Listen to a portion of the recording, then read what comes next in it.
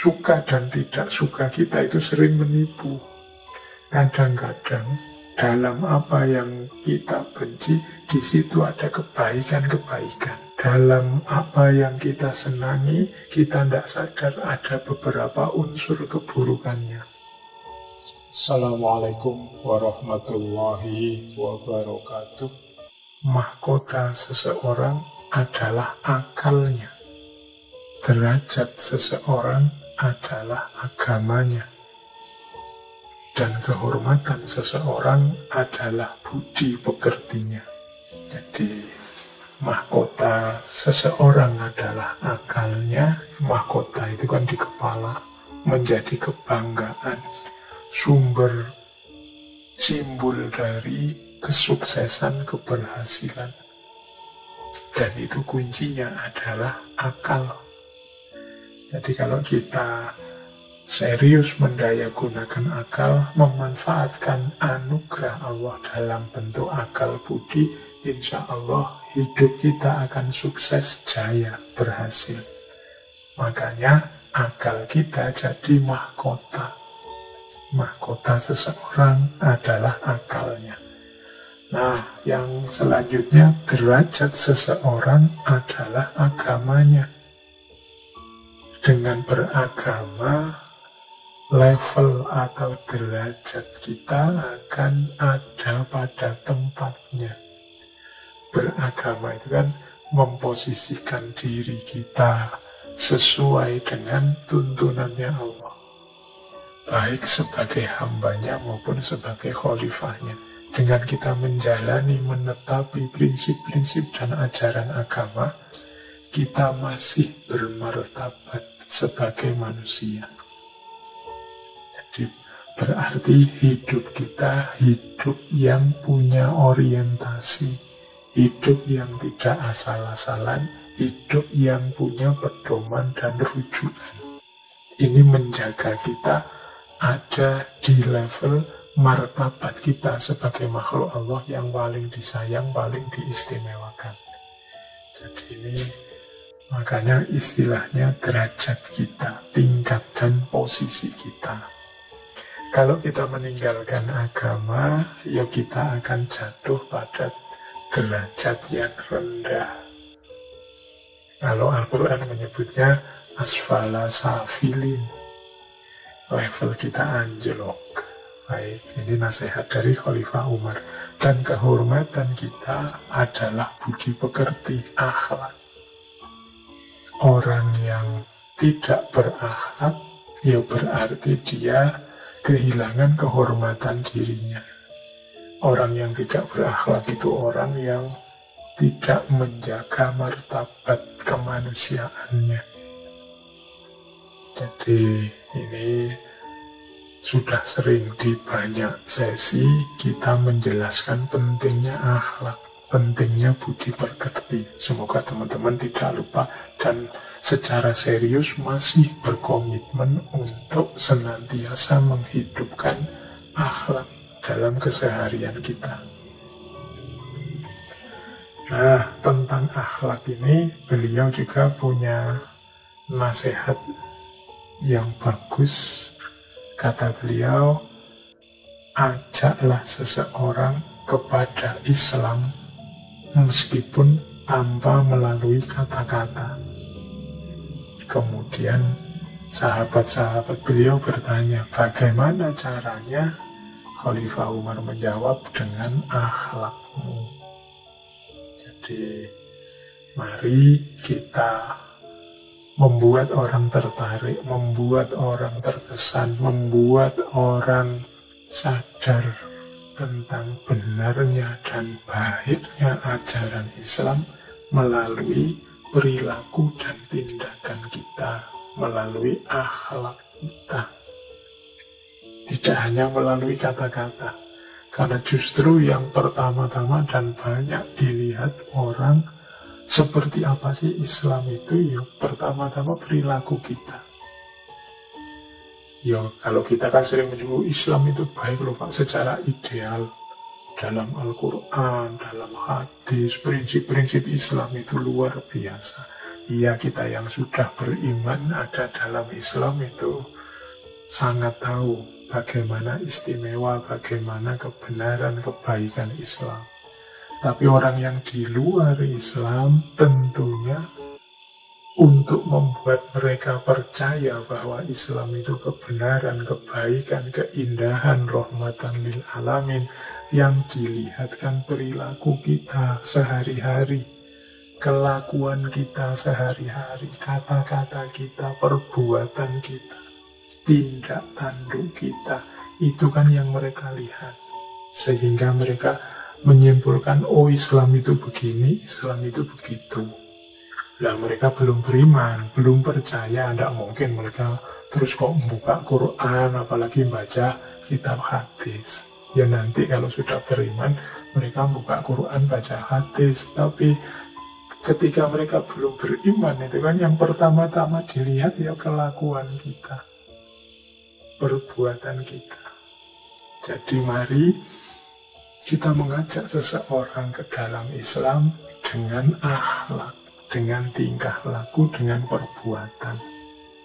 Tidak hanya lewat kata-kata, ya meskipun kadang-kadang penjelasan kata-kata itu perlu, tapi pasti lebih menyentuh, lebih membuka mata orang kalau itu kita hidupkan dalam perilaku kita sehari-hari.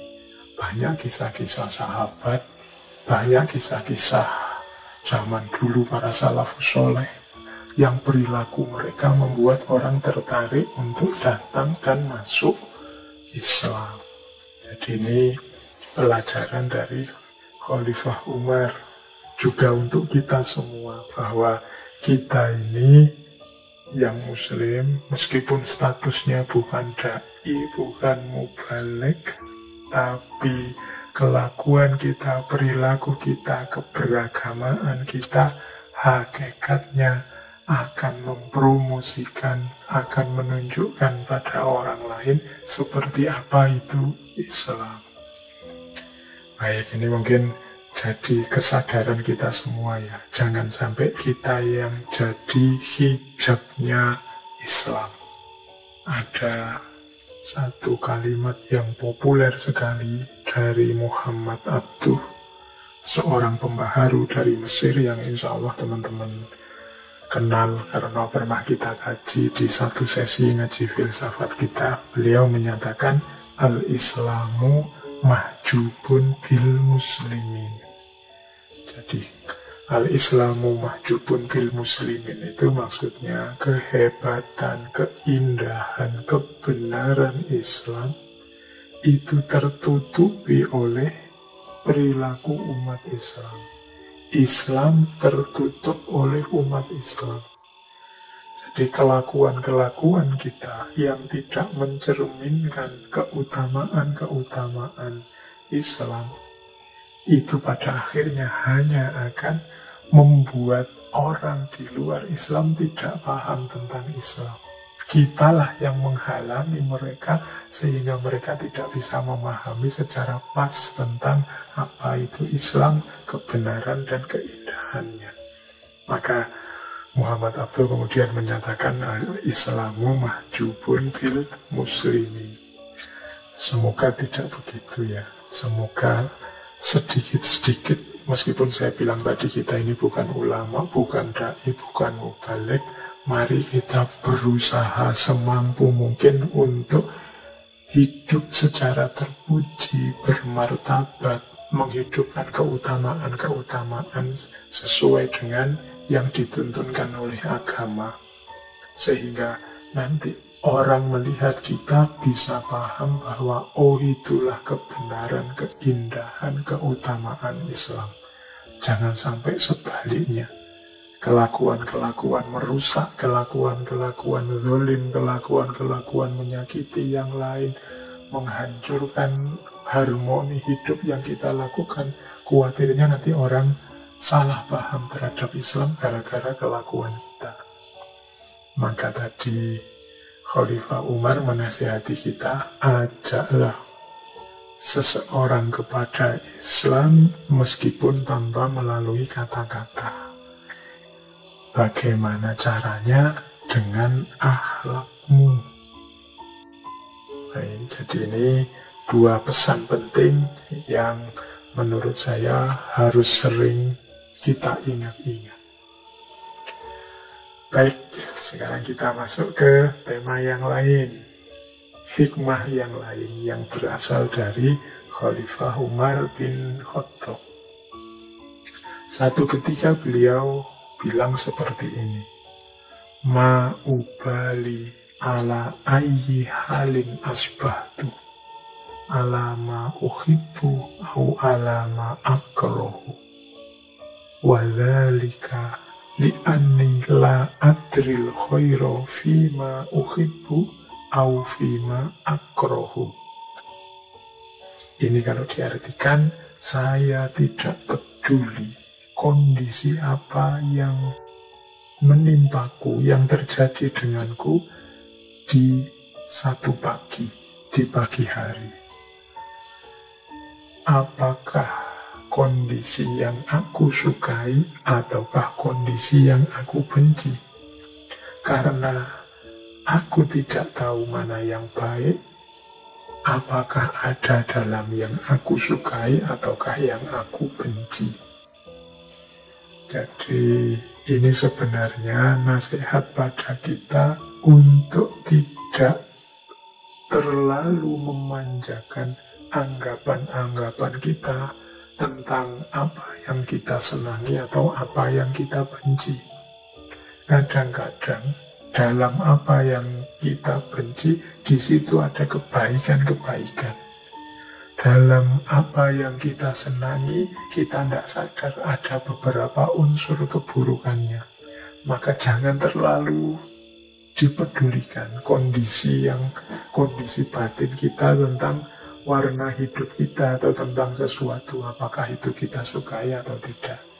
Suka dan tidak suka kita itu sering menipu. Orang itu kalau sedang senang atau suka dengan sesuatu, itu kan rasanya yang dia senangi itu baik semua, jeleknya tidak kelihatan. Sebaliknya, orang kalau sudah tidak suka dengan seseorang atau sesuatu, ya rasanya sesuatu atau seseorang itu jelek semua, tidak ada baiknya. Kalau ada orang yang sedang senang, kemudian ditunjukkan, ini loh orang yang saya sukai, prestasinya ini. Nah, kalau ditunjukkan, lah kalau yang ini, kesalahan ini, kekeliruan ini, oh, dia tetap tidak peduli. Pokoknya dia yakin yang disenangi itu baik. Sebaliknya juga begitu. Orang kalau sudah tidak senang, dia terus mendaftar, ini loh jeleknya orang yang tidak saya senangi ini. Dia salah di sini, keliru di sini, aneh di sini. Kemudian orang mengingatkan, loh dia ada baiknya juga loh ini. Dia tetap tidak akan peduli dengan kebaikan-kebaikan itu. Nah ini yang anggapan tentang ma'uhibbu wa ma'akrohu. Anggapan-anggapan kita itu jangan terlalu dimanjakan. Karena kita itu sering terdistraksi, sering tertipu oleh giringan rasa suka dan rasa benci. Maka gunakanlah standar-standar yang lebih objektif, tidak sekedar ma'uhibbu atau ma'akrohu. Jadi kebaikan, kebenaran, keindahan dengan standar-standar yang lebih universal, lebih paten. Jadi tidak sekedar mana yang aku suka dan mana yang aku benci. Siapa tahu sesuatu yang semula engkau benci, akhirnya engkau sayangi, atau sebaliknya siapa tahu yang semula engkau sayangi, kemudian entah karena peristiwa apa, kemudian engkau benci. Jangan lupa hati kita, kolbu kita itu suka terbolak-balik. Allah lah yang membolak-balik hati. Jadi jangan sampai kebencian kita yang berlebihan, kemudian justru hati kita kemudian dibalik oleh Allah. Setelah itu lahir cinta, lahir suka, atau sebaliknya. Jadi makanya jangan mudah terdistraksi oleh rasanya. Baik, jadi itu kearifan yang pertama, pelajaran dari Khalifah Umar, untuk kita tidak tertipu oleh kesukaan atau kebencian kita terhadap sesuatu.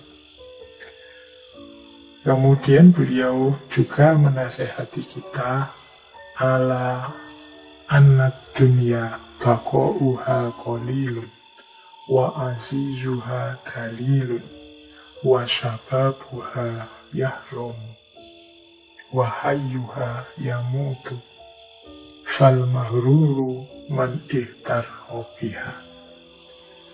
Ketahuilah sesungguhnya dunia itu baqa'uha qalilun, umurnya pendek, wa azizuha zalilun, kemuliaannya yang dianggap mulia oleh dunia itu biasanya zalilun, rendah, wa syababuha yahrumu, kemudahan, kekuatan, kejayaan pada akhirnya akan melapuk jadi tua.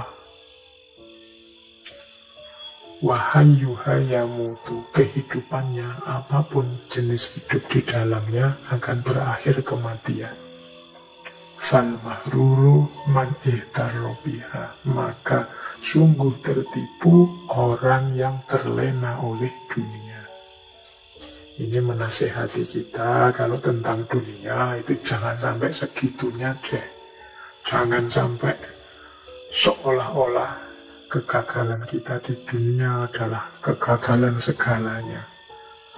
Misalnya untuk hal duniawi kita mengusahakan apa, kok gagal, tidak sukses-sukses. Tentang hal duniawi kita mengupayakan apa, kok tidak beres-beres dan lain sebagainya. Jangan sampai kita putus asa karena dunia. Karena dunia itu sendiri sifatnya singkat, kemudian isinya remeh, rendah. Yang muda, yang kuat, yang jaya pun pada saatnya akan melapuk, turun tua. Yang hidup, yang bersemangat, yang bergairah pada saatnya juga akan mati. Jangan tertipu oleh dunia, jalani saja tanpa harus ada keterikatan-keterikatan, kecintaan-kecintaan yang menipu. Nah, ini nasihat beliau, biar kita tidak terjebak, terlena oleh dunia. Bukan berarti kayak tadi ya, tapi bukan berarti terus kalau gitu akhirat saja Pak, tidak usah dunia. Ya tidak begitu. Tapi kita ambil secukupnya yang tentang dunia dan juga secukupnya yang tentang akhirat. Ini penyambung dengan nasihat yang sebelumnya. Baik, kita lanjutkan lagi. Nah, beliau juga menasehati kita seperti ini. Jangan berlebihan dalam mencintai sehingga menjadi keterikatan. Jangan pula berlebihan dalam membenci sehingga membawa kebinasaan. Bersabarlah, karena kesabaran adalah pilar keimanan. Jadi nasihat ini maksudnya seperti tadi di nasihat sebelumnya, bahwa apa yang kita sukai, apa yang kita benci itu sekadarnya, sewajarnya, biasa saja, jangan berlebihan. Kalau kita sangat mencintai sesuatu, pada akhirnya berubah jadi keterikatan. Keterikatan ini pada akhirnya akan menyulitkan kita sendiri. Karena apa sih di dunia ini yang nanti tidak berpisah? Maka dalam Islam selalu dianjurkan satu-satunya keterikatan dalam hidup kita itu harusnya hanya Allah saja. Jangan pada yang lain. Tapi kadang-kadang kita tentang hal-hal duniawi atau sosok-sosok duniawi, orang lain, saudara kita, teman kita, pemimpin kita, dan macam-macam, ada yang kita cintai sangat berlebihan sehingga menghasilkan keterikatan. Kalau sudah keterikatan itu dia pasti akan menyulitkan kita sendiri, pasti akan menyusahkan kita sendiri. Karena hakikat cinta dunia itu pasti lapuk, pasti berpisah. Tidak ada yang sempurna. Nah, benci juga begitu. Kebencian-kebencian yang kita pupuk terhadap apapun yang duniawi pada akhirnya akan membinasakan kita sendiri. Jadi membawa kita pada kebinasaan diri kita. Jadi orang yang gembol kebencian dalam dirinya terus-menerus, dia sebenarnya sedang merusak dirinya sendiri. Maka sarannya Khalifah Umar apa? Yang paling utama adalah bersabarlah. Karena sabar itu adalah pilarnya keimanan. Jadi ya memang kadang-kadang kita hidup ini harus menahan godaan cinta yang meluap-luap untuk tidak jadi keterikatan. Kadang-kadang juga kita harus melawan dorongan untuk membenci yang menghentak-hentak sehingga membuat kita sendiri tidak tenang hidupnya. Kita gemes luar biasa, kita jengkel luar biasa, ingin segera menghancurkan yang kita benci. Dan kita tidak sadar sebenarnya kita sedang menghancurkan kita sendiri. Maka perjuangan kita adalah perjuangan dalam kesabaran. Untuk kita tidak berlebihan mencintai dan tidak berlebihan membenci. Dan kesabaran ini sendiri adalah pilarnya keimanan. Jadi ini kearifan yang diajarkan oleh Khalifah Umar bin Khattab. Jangan berlebihan mencintai, jangan berlebihan membenci. Kemudian beliau juga menasehati kita, tidak ada rasa bersalah yang dapat mengubah masa lalu dan tidak ada kekhawatiran yang dapat mengubah masa depan. Jadi ini peringatan untuk kita agar yang pertama tidak putus asa. Biasanya kita dalam hidup ini kan karena kesalahan-kesalahan di masa lalu, kita terus dikejar-kejar rasa bersalah sampai akhirnya kita putus asa dalam melanjutkan hidup kita selanjutnya. Atau kita khawatir terus tentang masa depan. Ini Pak, saya sudah lulus kuliah, tapi nanti mau apa selanjutnya, bagaimana situasinya, kok seperti ini terus, dan lain sebagainya. Maka jangan sampai rasa bersalah kita terhadap masa lalu membawa kita kepada keputusasaan, karena seperti apapun rasa bersalah kita tidak akan dapat mengubah masa lalu, wong itu sudah terjadi. Juga jangan sampai kekhawatiran terhadap masa depan membuat kita juga putus asa.